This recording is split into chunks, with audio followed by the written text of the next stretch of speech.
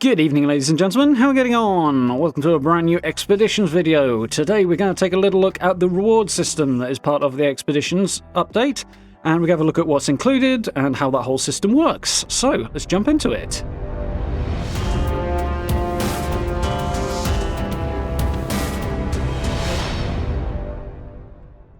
Okay, as per before we get going, of course we are looking at the PTS. This is unreleased content, and there will be a couple of minor spoilers in here, so here's your heads up if you do want to avoid those. It's maybe the time to duck out. But with that out of the way, let's have a look at this content. So to kick things off, just a quick overview of the Expeditions system, sort of set this thing up. So as I mentioned in my video earlier in the week, I did a little sort of review of the whole system. This is kind of weekly content in a lot of ways. It sort of sits halfway between weekly and daily. It's kind of an odd halfway house, this. So it's a bit of a different vibe to Expeditions, but that obviously does affect the reward system quite a bit. So generally speaking, you can do one expedition per day, either solo or as a team leader. Basically, you can launch it once per day. But beyond that, you can also join other people's expeditions as a team member as many times as you like. So in terms of the rewards you're going to get, they sort of break down like this. So you get, obviously, the standard sort of loot that you get from most repeatable content. So you look at a legendary weapon, some ammunition, grenades, chems, all that sort of stuff, the general loot you get. You'll also get a set of stamps, which are the new currency. You'll get a varying number depending on how well you do in the optional objectives throughout the expedition. And once per week, and this is where we start getting into the weekly stuff, you'll get access to a rare reward. So a couple of things on that. Firstly, what sort of rare rewards we're going to get, we don't know exactly. There's been a bunch of stuff data mined that's floating around online, but unfortunately as to what specifically is what, it's a little hard to tell at this point. So generally we know there's going to be some outfits in there, we know there's backpacks, there'll probably be some weapons and armor, and likely some camp stuff as well. It'll probably take the same vein as most repeatable content of this type does, like say Daily Ops, along with its updates every so often as well. So we can expect that style of loot pool, I think, for the rare rewards, but it's set on a once weekly thing. And part of the reason for that, I think, is because of the additional length of time it takes to complete expeditions. So for some people, obviously, grinding that out is not too much of a problem, but for plenty of people, they're on limited time. Expeditions are a bit longer than some of the more daily-centric content, like, for example, Daily Ops. So in terms of the amount of time people have to sink into it, spacing it out a bit, making it a bit more weekly, kind of works for this longer form content, somewhat longer form anyway. So one of the drawbacks that I did mention in the previous video was the possibility of duplicates, which, if they were a thing, would really slow down the amount of time it would take you to get the rare rewards that you want, especially if it's only one drop per week. However, since I put that video out, Bethesda have come out and put a post up on the Discord, basically confirming that, although it's not currently in place, before the PTS ends and by the time it goes live, you will not be getting duplicate plans. So that system will work the same way it does where it crops up elsewhere, in that when you get a plan, you learn it, and when you learn it, it removes it from the possible list of plans that can drop for you. So long as you've learned those plans, you would not get duplicates, which is a good thing, because otherwise that would be a bit of a problem. It would slow down the rate way too far, as opposed to the sort of balance that they're trying to strike here. So make sure you're learning those plans when the time comes, because you'll avoid getting duplicates that way, which is good.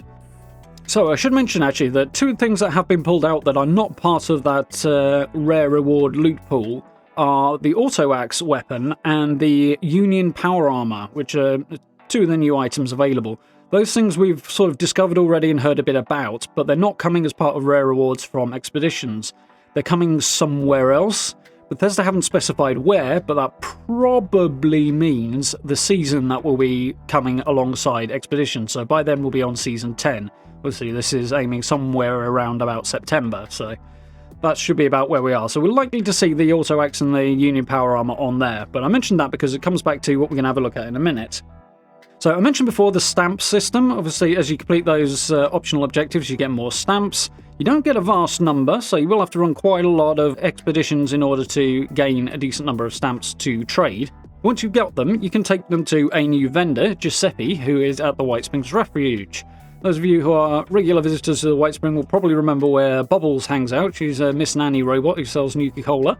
That little room, she is still there, but alongside her now is Giuseppe, a new chap who will be selling some extra rewards and extra items that we can buy with these stamps.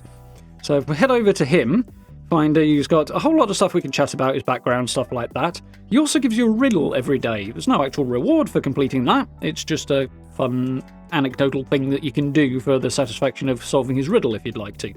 But if we take a look at his vendor inventory, then right now it's not massively long. Notice it's dominated by mod plans, so mods for the auto axe, mods for the Union power armor, which as I mentioned are not rare rewards, they'll probably be season rewards. In all likelihood we'll be seeing his inventory expanding, much like we have done with other vendors like say Regs and stuff with the gold bullion system. So he'll probably get more stuff added over time. That would make sense. But he's also got a few extra bits and pieces in there, like specific plans and outfits and stuff like that that you can buy that relate to the expedition system. So obviously that's just for the stamps that you will get for completing the optional objectives. You'll get a few even if you don't complete the optional objectives, but you'll get more if you do. So gather those up, save them up, head over to Giuseppe, and he will sell you some interesting looking bits and pieces. So we want to check those out and see what else he gets added to his store as time goes on. So yeah, I think this is geared towards, and we can see it really in the reward system, a longer form, more weekly style of content. And I think that's a good fit. It's not something we have a great deal of at the moment. And as I say, with the extra length of time, the longer length of expeditions generally, that kind of works quite well. Obviously, people having only so much time to sink into the game in a given period. So it's an interesting system. It's a bit different. It changes up the norm for Fallout 76 at the moment, but I think it's going to work quite well. And it'll keep it fresher for longer as well. If we're not pushed so much towards running it every single day, we won't get tired of it quite as quickly, which is good. Especially given that Bethesda are obviously going to add more missions and things like that, and eventually on down the line new locations. But the missions and, of course, the new areas are going to involve designing entirely new areas for those missions to take place.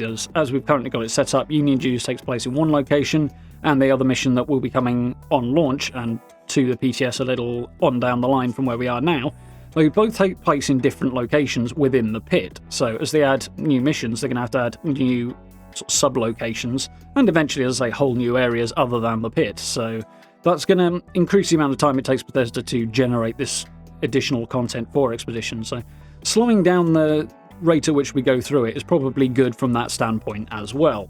So there we go. That's basically an overview of the reward system in Expeditions. Reasonably simple and somewhat basic at the moment, but obviously it will be expanding as time goes on. And I think it works quite well with the vibe that Bethesda are going for.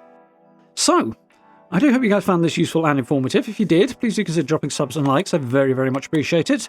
Down below the video, you'll find social media links, merch store, channel memberships, all that good stuff on the buttons down there. Please do check that out if you want to support the channel in that way. It really, really helps out, and I hugely, hugely appreciate it. And of course, if you get a chance to join us for live streams as well, we are trying out a new challenge run in Fallout 76 at the moment, and of course continuing with Mass Effect 3 as well, before we jump onto some other bits and pieces later on in the year. So I do hope to see you there, but for now, thank you very much for watching, and I look forward to speaking to you all very, very soon.